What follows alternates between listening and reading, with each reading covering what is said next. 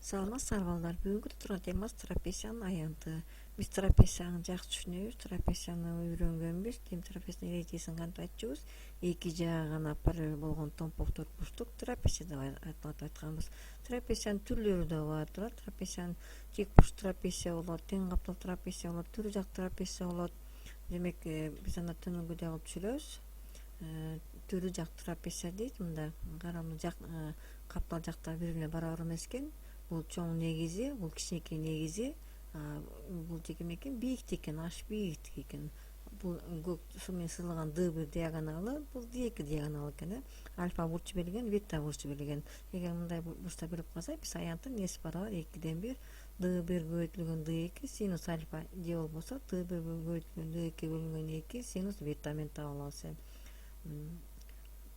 Тең каптал трапеция. Тең каптал трапеция болгондо каптал жактар бири бирине барабар болот. Ошондо бирден VN бийиктиги, DN1 бийиктиги бири бирине барабар болот. Ошондо бийиктик түшүргөнүздө бул жер экен 90 градуска барабар экен.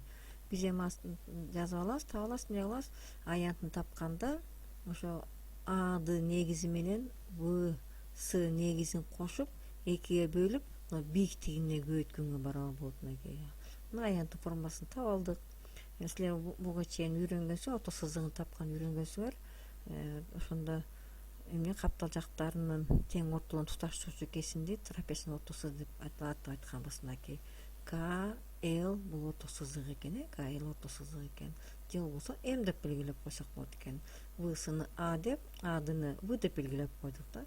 Ошондо бул жерден карагыла. АК менен КВ бири бирине барабар. SL менен L бири бирине барабар экен. H бийиктиги болуп турат. Эми орто сызык эмне бар экен? А кошулган Б бөлүнгөн 2. Демек, чоң негиз менен кичинекей негизин кошуп 2 бөлгөндө биз орто сызыгын табат экенбиз. Мына ошол биздин аянттын ошол экен. Ошол орто сызыгына биз эмне бийиктикти көбөйтүп койсок, аянты келип чыгат экен. Тик бурчтуу трапеция, трапеция болгондо, эгер трапециянын бир бурчу 90 градуска барабар болсо, анда тик бурч трапеция деп аталат да, айтабыз анда. Мынакей 90 градуска барабар болуп турат, тик бурч. Демек, бул жери бийиктик экен. Анда бул С тарабы менен, С каптал жагы менен бул H бийиктиги эмне бири бирине барабар болот экен. Бул бурч экен, мынакей А чоң негизи, В кичинекей негизи, а бул D экинчи каптал жагы экен.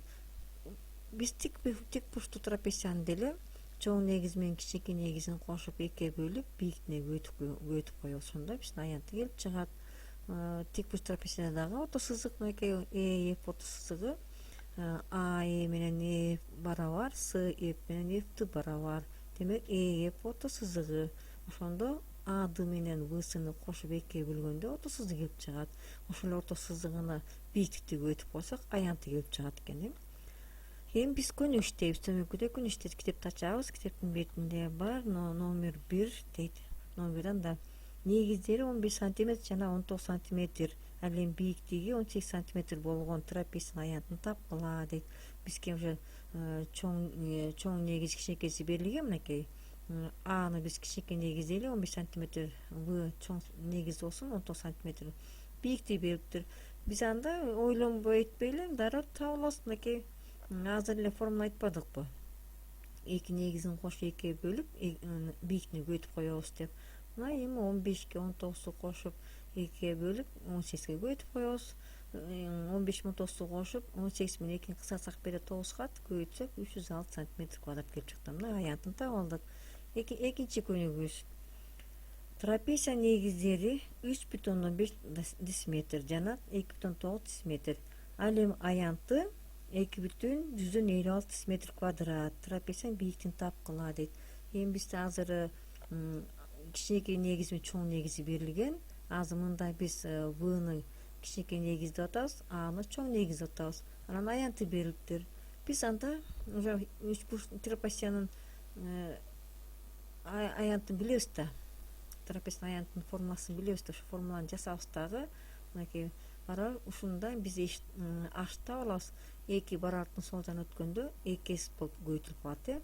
H тапканда H барабар 2s бөлүнгөн А кошулган B болуп калат экен. Анан ордуна коебуз, мынакей ордуна 2 көбөйтүү деп аянтын ордуна койдук. Бул эки негиздин суммасын ордуна койдук. Анан баарын көбөйтүп бөлгөндө 0,18 десиметр келип чыкты. Демек биз бийиктигин таба алдык. Кийинки көнүгүүбүз номер 3. Трапециянын бийиктиги 16 сантиметр, аянты 4 десиметр квадрат дейт. Орто сызыгынын узундугун тапкыла дейт. Демек бизден бийиктиги 16 сантиметр менен берилген, ал эми аянты болсо 4 десиметр квадрат менен берилген. Демек биз анда бирдигин өзгөртө алабыз. 4 десиметр квадраттын аянтын 400 сантиметр квадрат деп сантиметрге туюнтуп алабыз. Эми бизде формула белгилүү. С барабар А кошулган Б бөлүнгөн 2 көбөйтүлгөн H тең. Бул трапециянын аянтынын формуласы. Ошону 2 барактын сол жагына өткөндө 2 эске көбөйтүлүп калат. Андан кийин А кошулган Б'ны таба турган болсок, А кошулган Б барабар 2S бөлүнгөн H деп таба алдык. Ошондо А кошулган Б барабар 2 көбөйтүү деп ордуна койдук. 2-нин өзүн жазсак, S'тин ордуна 400 койдук, H'тин ордуна 16 койдук. Демек баарын көбөйтүп чыгарганда мынакей 2 менен 16-ны кысарсаң 8 болот, 408-ге бөлсөң 50 болот. Эми биз орто сызыгын таба алабыз. LM орто сызыгы А кошулган Б бөлүнгөн 2. Демек 2 негиздин суммасынын жарымына барабар. Бизде А кошулган Б бизде белгилүү да, 50 чыкты. Демек аны 50 коебуз да 2 деп 2-ге бөлсөк 25. Демек жообу 25 сантиметр келет экен. Эсебин чыгарып алдык. Номер 4. Трапециянын аянты 288 сантиметр квадрат. Негиздеринин катышы 4 бөлүнгөн 5-ке барабар дейт. Бийиктиги 3,2 десиметр. Негиздерин тапкыла дейт. Бул жерде бириктери бирине сантиметр, бирине десиметр берилип калыптыр. Биз дагы өзгөртө алабыз. Демек H бийиктиги 3,2 десиметрди биз сантиметр туюнтуп алабыз, 38 сантиметр деп туюнтуп алабыз. Анан бизге формула белгилүү. Мына S барабар. Биз азыр жактарын X деп белгилеп алдык, жактар азыр 4/5 катышында барабар да. Ошондо S'тин ордуна 288 койдук. 4x кошулган 5x бөлүнгөн 2 көбөйтүү H'тин ордуна 32-ни койдук. Эми бул жерден 32 менен 2-ни кысарсаң 16 калат. 4x'ке 5x кошсоң 9 болот. Демек 9x көбөйтүлгөн 16 барабар 288. Бирден болгон ордун гана алмаштырып койдук. Демек 16-ны барабардын оң жагына алып өтсөк 288-ге 16 бөлүнүп калат. Демек 9x барабар 288 16-га бөлсөк 18 чыгат экен. Анда 18-ти кайра 9-га бөлсөк 2 чыгат экен. Эми бизден жактарын суратпайбы, негиздеринин жактарын суратпайбы. Ошондо 4x барабар 4 көбөйтүлгөн 2 8 сантиметр жана 5x дегенде 5 көбөйтүлгөн 2 10 сантиметр. Демек биз негиздеринин жактарын таба алдык. 6. Тең капталдуу трапециянын негиздери 5,1 десиметр жана 6,9 десиметр. Каптал жагы 41 сантиметр. Аянтын тапкыла дейт. Мына бизде эми азыр кичинекей негизи, чоң негизи берилген, каптал жагы берилген. Мына бул жерде карайбыз, мынакей чоң негизи 6,9 десиметр, кичинекей негизи 5,1 десиметр. Мына каптал жактарыныкей 41-ге барар экен, каптал 41-ге барар экен. Биз эми аянтын тап дейт. Аянтты тапыш үчүн биз бийиктигин табышыбыз керек. Бийиктигин табыш керек. Ал үчүн биз эмне кылабыз? Мына бийиктик түшүргөндө негизден К L менен Б'сы бири-бирине барабар болуп калды. Ошондо биз АДдан Б'сыны кемитебиз да. Мына 6,9-тан 5,1 кемитсек 1,8 болду.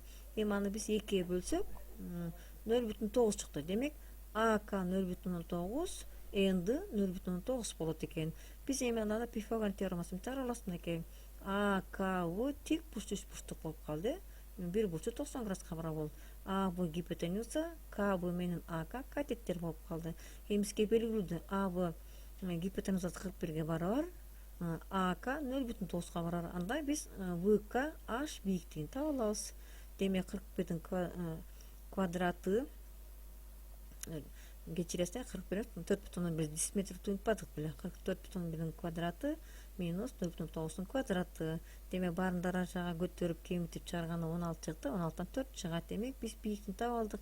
Анда биз аянтын таба алабыз. Демек эки негизин кошуп 2-ге бөлүп бийиктигине көбөйтөбүз. Бийиктигине көбөйткөндөн кийин анан 4 менен 2-ни кысарсаң 2 калды. Бул 2-ни кошсоң 12 чыкты. Демек 24 сантиметр квадрат. Демек биздин мисалыбыз жообу келип чыкты 24 сантиметр квадрат. Эми силерге тапшырма китептен номер 5, номер 8, номер 10, номер 14. Эмки көрүшкөнчө сак саламатта болгула.